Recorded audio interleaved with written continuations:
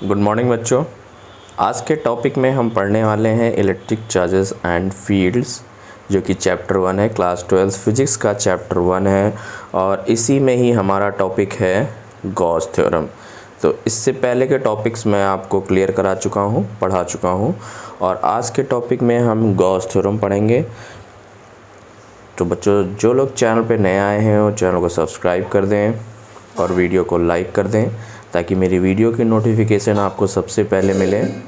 Gauss theorem पढ़ने से पहले बच्चों, सबसे पहले हम गॉस थ्योरम को समझने के लिए कुछ टर्म्स समझेंगे और उस टर्म को पढ़ने के बाद हम गॉस थ्योरम पे आएंगे। तो सबसे पहले हम समझेंगे कि एरिया वेक्टर क्या होता है, सॉलिड एंगल क्या होता है, इलेक्ट्रिक फ्लक्स क्या होता है, क्योंकि गॉस थ्योरम में इलेक्ट्रिक फ्लक्स की बात की जाती है। इन सब को पढ़ने के बाद फिर हम गॉस थ्योरम पे आएंगे और फिर गॉस थ्योरम की एप्लीकेशंस को पढ़ेंगे। तो सबसे पहले समझते हैं कि बच्चों एरिया वेक्टर क्या होता है। एरिया वेक्टर क्या होता है, पहला टॉपिक आता है हमारा एरिया वेक्टर। क्लियर है? सबसे पहले देखेंगे एरिया वेक्टर।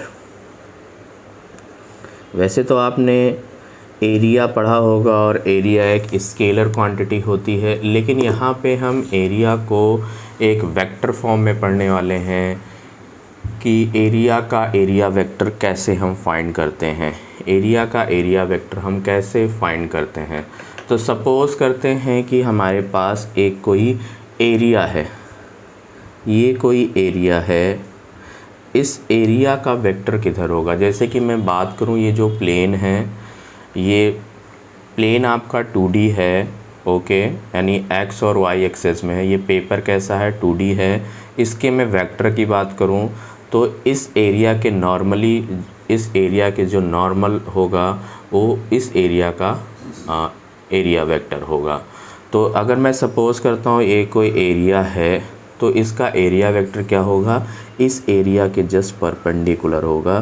ये मैंने सपोज़ किया कोई एरिया ए था और इसका जो एरिया वेक्टर है ये एन कैप डायरेक्शन को शो कर रहा है, एन कैप डायरेक्शन को शो कर रहा है। Then A vector equal to क्या हो जाएगा, एन कैप ए। तो इस एरिया का एरिया वेक्टर क्या होगा, जस्ट इसके परपेंडिकुलर होगा। आई थिंक आपको समझ में आ गया होगा। तो यहाँ पे मैं क्या लिख सकता हूँ, area vector equal to N cap A. This is the area vector. इसको हम एरिया वेक्टर, यानी एरिया का एरिया वेक्टर जस्ट उस सरफेस के परपेंडिकुलर होता है। फिर बच्चों यहाँ पे बात करेंगे सॉलिड एंगल की, बात करेंगे कि सॉलिड एंगल क्या होता है। ओके, सॉलिड एंगल के मैं यहाँ से इस पेपर से अपने हाथ को नहीं हटा रहा हूँ। अगर मैं हाथ को हटाऊँगा तो मैं वीडियो शूट कर रहा हूँ और ये वीडियो क्लियर नहीं होगी, ब्लर हो जाएगी, क्योंकि ये कैमरा को कोई इमेज चाहिए, पेपर के इमेजेस को ब्लर कर देता है। इसलिए मैं अपने हाथ को कंटिन्यूसली इसी पे रखा हुआ हूँ ताकि वीडियो एकदम क्लियर दिखे। फिर मैं यहाँ पे आपको बताने वाला हूँ सॉलिड एंगल। तो समझेंगे सॉलिड एंगल क्या होता है बच्चों। सॉलिड एंगल, एक आपने प्लेन वाला एंगल पढ़ा था जिसकी यूनिट क्या थी, रेडियन थी, ठीक है। ये कोई 2D में कोई फिगर है और उसका एंगल निकालना हो तो उस एंगल को हम रेडियन में मेज़र कर देते हैं। यहाँ पे हम सॉलिड एंगल को पढ़ने वाले हैं। तो सॉलिड एंगल मेनली 3D की बात होती है। ये कोई स्फेयर है, सपोज़ करें कि ये कोई बॉल है ऐसे, और इस बॉल के अंदर क्या है, इसका सेंटर होगा। तो सॉलिड एंगल क्या होगा, मैं इस स्फेयर पे एक कोई एरिया सपोज़ करूँ, ये एरिया इस सेंटर पे कितना एंगल सबटेंड कर रही है, that means it is called solid angle. तो इसको कुछ हम इमेजिन करेंगे, क्योंकि आप फिजिक्स पढ़ रहे हैं, इसमें इमेजिनेशन बहुत इम्पोर्टेंट है। अगर आप इमेजिन कर लेते हैं चीज़ों को तो बहुत आसानी से समझ पाएंगे। ये मैंने यहाँ पे एक सर्कल ड्रॉ किया है। एक्चुअली में ये सर्कल नहीं है, क्योंकि ये हम 2D पे फिगर बना रहे हैं प्लेन पे, तो सर्कल जैसा ही दिखेगा। लेकिन इसको हमें सपोज़ करना है ये क्या है कि स्फेयर है, इसका सेंटर O है और इस स्फेयर पे बच्चों ये हमने सपोज़ किया है एक एरिया, और ये एरिया इस स्फेयर पे कितना एंगल सब्सटेंड कर रही है। सपोज़ कर लिया मैंने कि ये एरिया इसका है DA, इस स्फेयर का एरिया है DA और ये कितना एंगल यहाँ पे सब्सटेंड कर रही है, इस पॉइंट पे कितना एंगल सब्सटेंड कर रही है।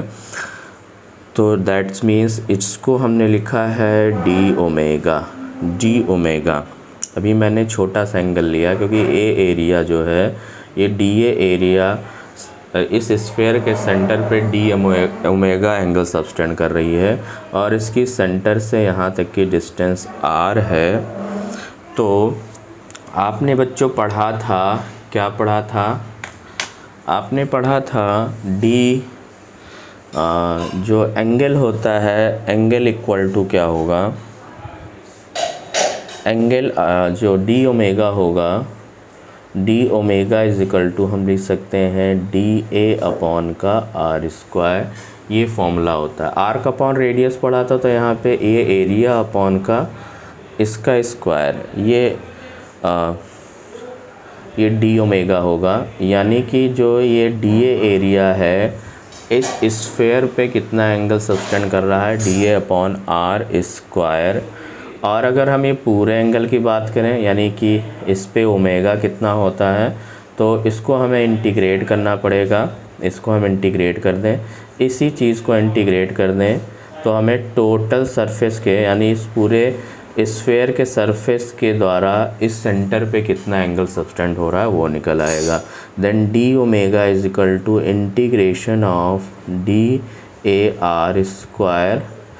तो यहाँ पे बच्चों d डेरिवेटिव है, ये ओमेगा बन जाएगा यानी टोटल एंगल, ये ओमेगा बन जाएगा और 1/r², ये a बन जाएगा।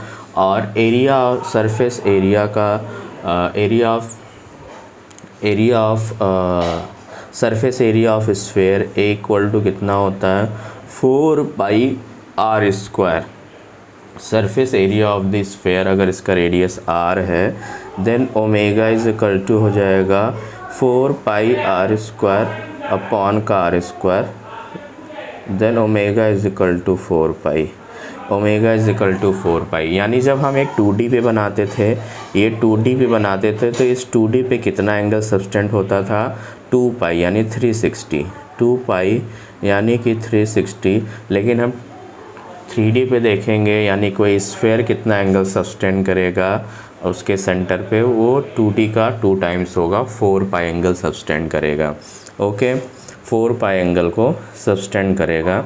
और ये जो d ओमेगा होता है बच्चों इसको भी हम याद रखेंगे, d omega is equal to अगर एरिया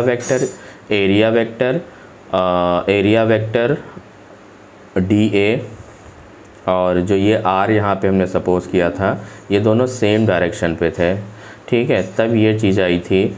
अगर ये सेम डायरेक्शन में नहीं है, कुछ एंगल सब्सटेंड कर रहे हैं यानी कि ये r और एरिया वेक्टर कुछ एंगल सब्सटेंड कर रहा है, then d omega is equal to DA cos theta upon का r²। यानी DA और r के बीच का एंगल है cos थीटा। तो इस फॉर्मूले को भी हम याद रखेंगे, d omega is equal to क्या होता है DA cos थीटा अपॉन का r²। d omega is equal to DA cos theta upon का r²। फिर इसके बाद नेक्स्ट टॉपिक हमारा आता है कि इलेक्ट्रिक फ्लक्स क्या होता है। बहुत इम्पोर्टेंट टॉपिक है, इसको यहाँ पे हम देखेंगे what is electric flux. Electric flux को यहाँ पे देखेंगे क्या होता है electric flux. Electric flux next topic है इलेक्ट्रिक फ्लक्स। तो क्या होता है इलेक्ट्रिक फ्लक्स, वीडियो क्लियर दिख रही है? Okay. The electric flux is measure of the number of lines force passing through the some surface held in the electric field.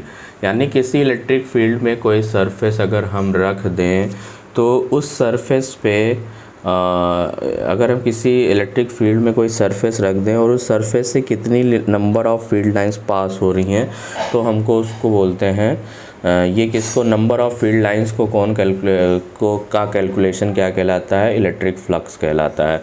Suppose करें कि ये फील्ड लाइंस जा रही हैं, ये इलेक्ट्रिक फील्ड लाइंस है और इस इलेक्ट्रिक फील्ड लाइंस में हमने एक सरफेस रखा है, हमने यहाँ पे एक सरफेस रखा है, इस इलेक्ट्रिक फील्ड लाइंस पे यहाँ पे एक सरफेस रखा है।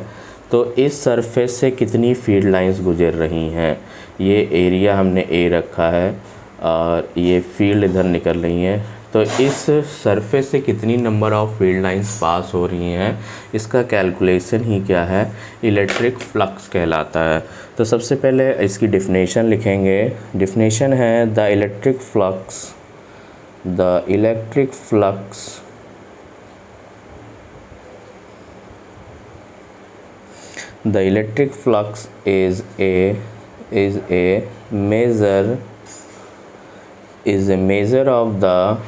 is a measure of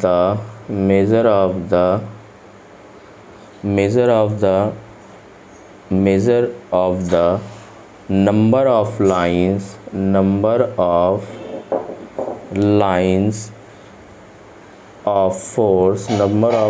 of force passing through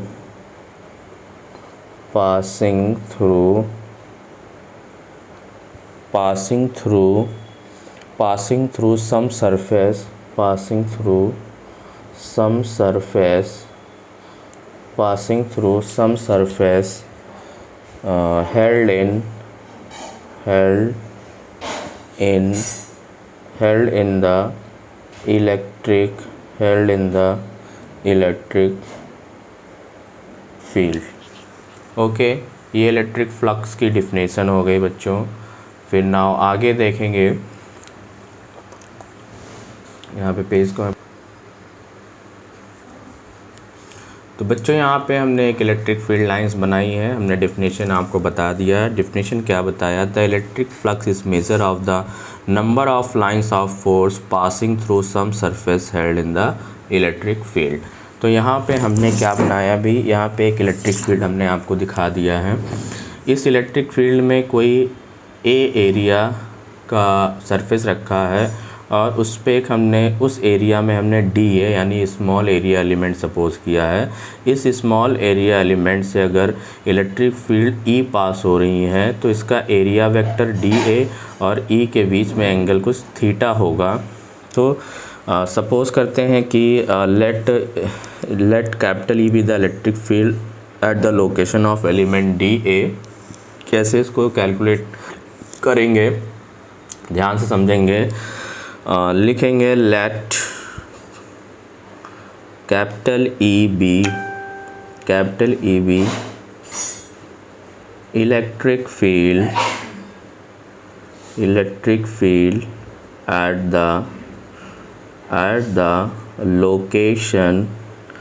at the location of the element dA,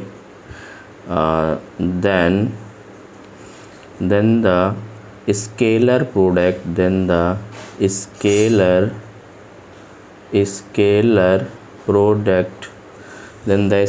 product E vector dot dA vector is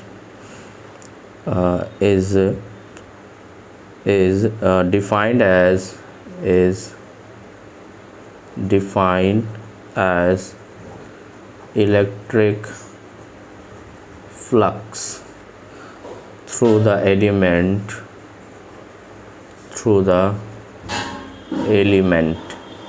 clear है? यानी कि जो इलेक्ट्रिक फ्लक्स होगा इसको हम किससे डिनोट करते हैं, फाई ई से डिनोट करते हैं, phi E. And phi E is equal to हो जाएगा ई डॉट ए, यानी कि ई डॉट डी ए। और अगर हमें इस पूरे सरफेस का निकालना है तो आप इसी को इंटीग्रेट कर दो, इसका सरफेस इंटीग्रेशन कर दो। And this is the formula of the electric flux, this is the formula of the electric flux. Okay, clear है? या यहाँ पे हम डायरेक्टली भी लिख सकते हैं E dot D A is equal to क्या होता है E D A cos theta, है ना। अगर हम डायरेक्टली निकालें इसका ही सिर्फ इलेक्ट्रिक फ्लक्स निकालना हो then phi E is equal to E dot D A लिख सकते हैं, एंड ये डॉट प्रोडक्ट होता है E D A cos theta. आपने पढ़ा होगा 11th में, अगर दो वेक्टर हैं ए डॉट बी तो डॉट प्रोडक्ट दो वेक्टर क्या क्या होता है ए बी कॉस थीटा होता है, और थीटा क्या था इन दोनों वेक्टर के बीच का एंगल। तो यहाँ पे जो थीटा होगा वो थीटा क्या होगा इन दोनों यानी इलेक्ट्रिक फील्ड और एरिया के बीच का angle. It is the theta क्या है, it is the angle between electric field and area vector. ये क्या है, it is the angle between area vector and electric field और एरिया के बीच का क्या है ये एंगल है E D A cos theta. अब इसमें कुछ केजेस को हम देखेंगे, क्या केजेस हैं, कुछ स्पेशल केजेस को देखेंगे। स्पेशल केजेस क्या कहते हैं, केजेस इसके कि if the plane surface is normal to the electric field, अगर प्लेन सरफेस क्या है इलेक्ट्रिक फील्ड के नॉर्मल है, okay. If the plane surface is normal to the electric field क्या है, इफ़ द फर्स्ट केस क्या कहता है, फर्स्ट केस कहता है if the plane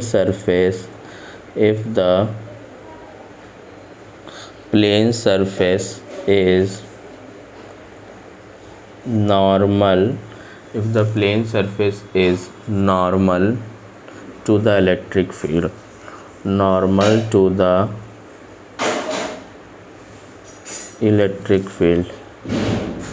plane surface is normal to the electric field, that is theta equal to 0 degree। Plane surface is normal to the electric field, मतलब कि electric field की ये है आपकी इलेक्ट्रिक फील्ड की direction, ठीक है, और इस पे हमने कोई प्लेन रखा है वो नॉर्मली प्लेस्ड किया है ऐसे, ठीक है। तो इसका जो एरिया वेक्टर होगा ये इलेक्ट्रिक फील्ड की डायरेक्शन है, और एरिया वेक्टर क्या होगा प्लेन के जस्ट परपेंडिकुलर होगा ये ए, ठीक है। एरिया वेक्टर डी ए और इलेक्ट्रिक फील्ड दोनों सेम डायरेक्शन में यहाँ पे होंगी, then theta is equal to क्या होगा 0। भी मैंने आपको बताया था कि थीटा क्या था, it is the angle between area vector and electric field. तो जब हम प्लेन सरफेस को इलेक्ट्रिक फील्ड में नॉर्मली प्लेस्ड करेंगे तो एरिया वेक्टर और इलेक्ट्रिक फील्ड के बीच का एंगल 90 डिग्री होगा। देन फ्लक्स क्या हो जाएगा बच्चों, then phi is equal to हमें पता है ई ए कॉस थीटा होता है, और थीटा यहाँ पे 0 डिग्री है। Then flux is equal to हो जाएगा ई ए कॉस 0, और कॉस 0 की वैल्यू आपको पता है बच्चों 1 होती है। Then flux phi is equal to हो जाएगा ई ए, यानी जब हम नॉर्मली प्लेस्ड करेंगे, if the plane surface is normal to the electric field, ठीक है, यहाँ पे फ्लक्स आपको कितना मिलेगा, यहाँ पे मैक्सिमम फ्लक्स मिलेगा, ठीक है। यानी जब हम नॉर्मली प्लेस्ड करेंगे एरिया को इलेक्ट्रिक फील्ड में नॉर्मली प्लेस करेंगे तो हमें मैक्सिमम फ्लक्स मिलेगा, यानी उस सरफेस से मैक्सिमम फील्ड लाइंस पास हो रही होंगी। सेकंड केस क्या कहता है, सेकंड केस कहता है if the plane surface is parallel to the electric field, if the plane surface is parallel to the plane, if the plane surface is parallel to the electric field, यानी अब हमने क्या है, planes ये हमारी electric field है, ये हमारी इलेक्ट्रिक फील्ड है और इस इलेक्ट्रिक फील्ड में हमने ऐसे प्लेस्ड कर दिया है एरिया को जस्ट इसके पैरेलल रखा है। तो बच्चों जो पैरेलल में रखेंगे तो इलेक्ट्रिक फील्ड की डायरेक्शन तो इधर है और एरिया वेक्टर इसके जस्ट ऊपर होगा यहाँ पे। तो यहाँ पे एंगल कितना बनना है, फील्ड और एरिया के बीच में एंगल बनना है 90 डिग्री। ओके, तो यहाँ पे फॉर्मूला क्या हो जाएगा, phi E is equal to E A cos theta होता है तो कॉस 90 हो जाएगा। और आपको बच्चा बच्चों कॉस 90 की वैल्यू 0 होती है तो फ्लक्स यहाँ पे कितना हो जाएगा, 0 हो जाएगा। इलेक्ट्रिक फ्लक्स कितना हो जाएगा, 0। अगर हम इलेक्ट्रिक फील्ड के पैरेलल में ही एरिया रखेंगे तो फ्लक्स क्या हो जाएगा, 0 होगा। तो यहाँ पे आगे कंटिन्यू करते हैं बच्चों। आगे हम देखेंगे इलेक्ट्रिक फ्लक्स डेंसिटी क्या होता है। इलेक्ट्रिक फ्लक्स डेंसिटी पढ़ेंगे। यहाँ पे हमने फील्ड पढ़ लिया, इलेक्ट्रिक फील्ड। अगला टॉपिक हम आता है electric flux density. Electric flux density. Okay, electric flux density क्या होता है वो यहाँ पे हम देखेंगे। What is electric flux density. तो an electric field, the ratio of electric flux through the surface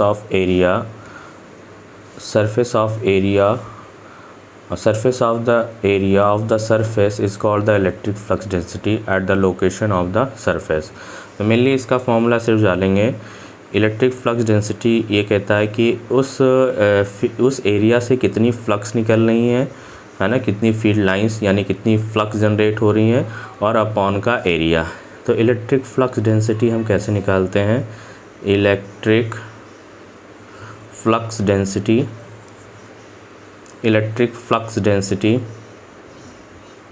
F D equal to क्या होता है, इलेक्ट्रिक फ्लक्स अपॉन का एरिया। इलेक्ट्रिक फ्लक्स अपॉन का एरिया, ठीक है। तो आपको पता है फाई इज इक्वल टू, ये डेंसिटी लिख सकते हैं, density rho electric flux density यानी फाई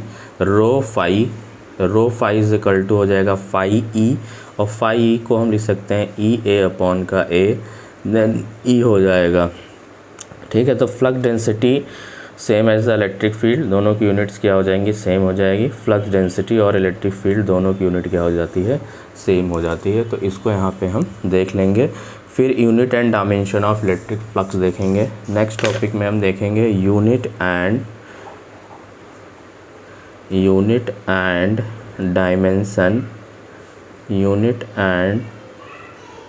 डायमेंशन ऑफ इलेक्ट्रिक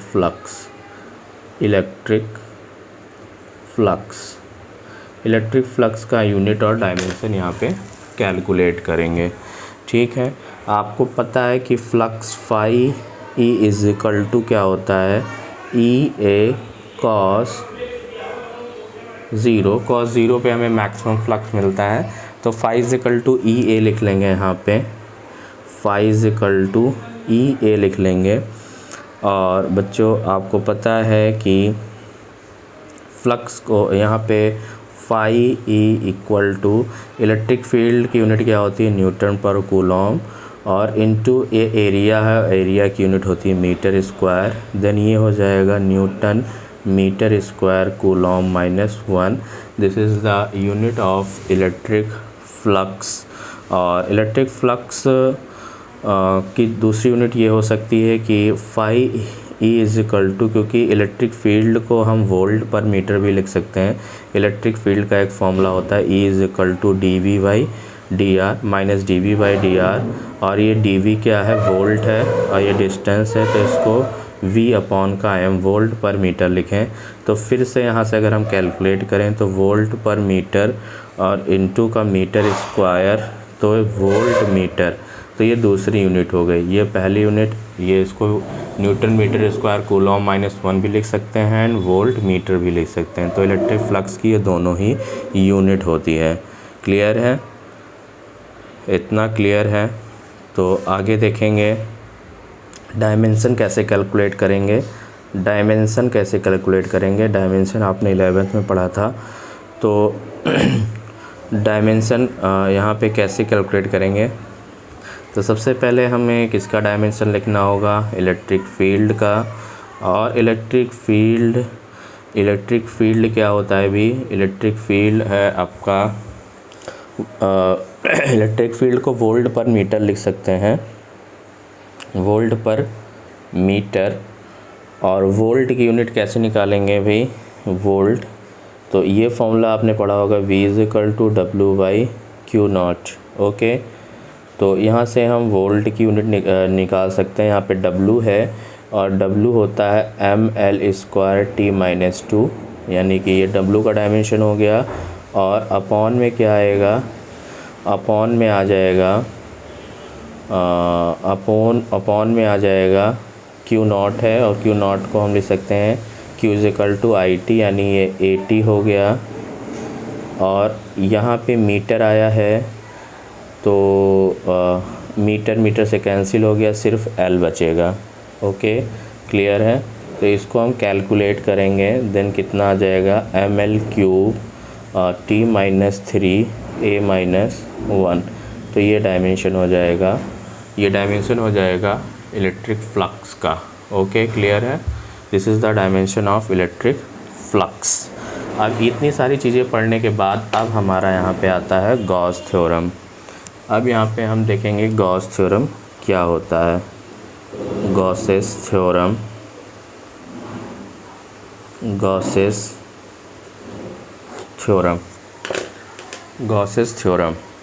तो गॉस थ्योरम क्या कहता है, it states that the electric flux through any closed surface is equal to 1/ε0 times the net charge q enclosed by the surface।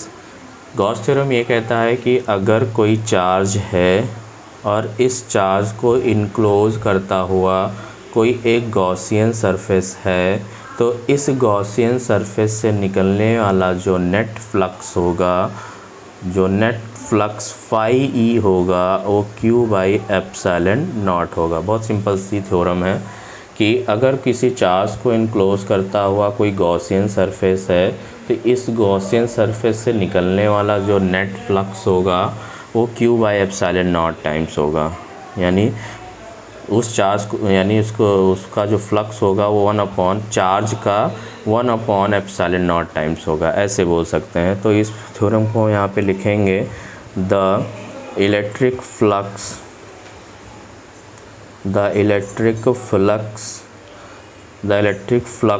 Through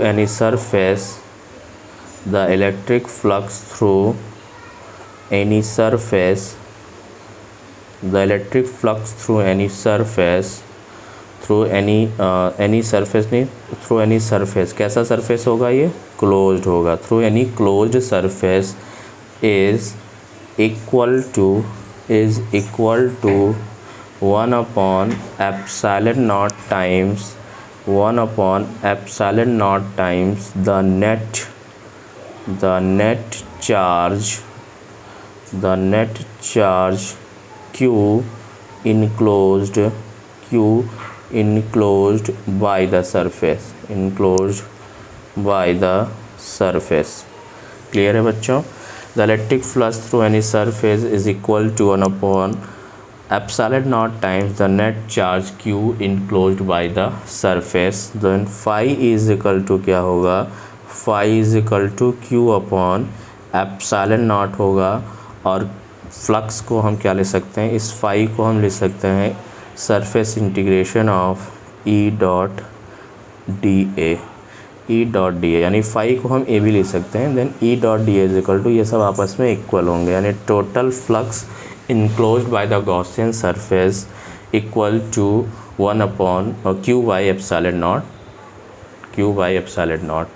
तो ये Gauss theorem है। अब Gauss theorem की applications का यूज़ करते हुए हम लोग बहुत सारी इलेक्ट्रिक फील्ड्स निकालेंगे अलग अलग पॉइंट्स पे, कि स्फीयर है तो उसके inside the sphere, at the sphere and outside the sphere क्या इलेक्ट्रिक फील्ड इंटेंसिटी होगी, या कोई शीट है या कोई लाइन चार्ज है, यानी किसी वायर पे हम चार्जेस को यूनिफॉर्मली डिस्ट्रीब्यूट कर रहे हैं, तो उस पे कितनी, उसके आसपास कितनी इलेक्ट्रिक फील्ड बनेगी। तो ये हम गॉस थ्योरम के एप्लीकेशंस में सारी चीज़ें देखेंगे। यहाँ पे वीडियो बहुत लंबी हो रही है, इसलिए टॉपिक को यहीं ख़त्म कर रहे हैं। इसके बाद नेक्स्ट टॉपिक में, यानी गॉस थ्योरम के नेक्स्ट लेक्चर में हम क्या पढ़ेंगे, गॉस की एप्लीकेशंस पढ़ेंगे और उसके बाद देन बोर्ड्स के न्यूमेरिकल सॉल्व करेंगे। तो मिलते हैं नेक्स्ट वीडियो में, तब तक के लिए नमस्कार, जय हिंद, जय भारत।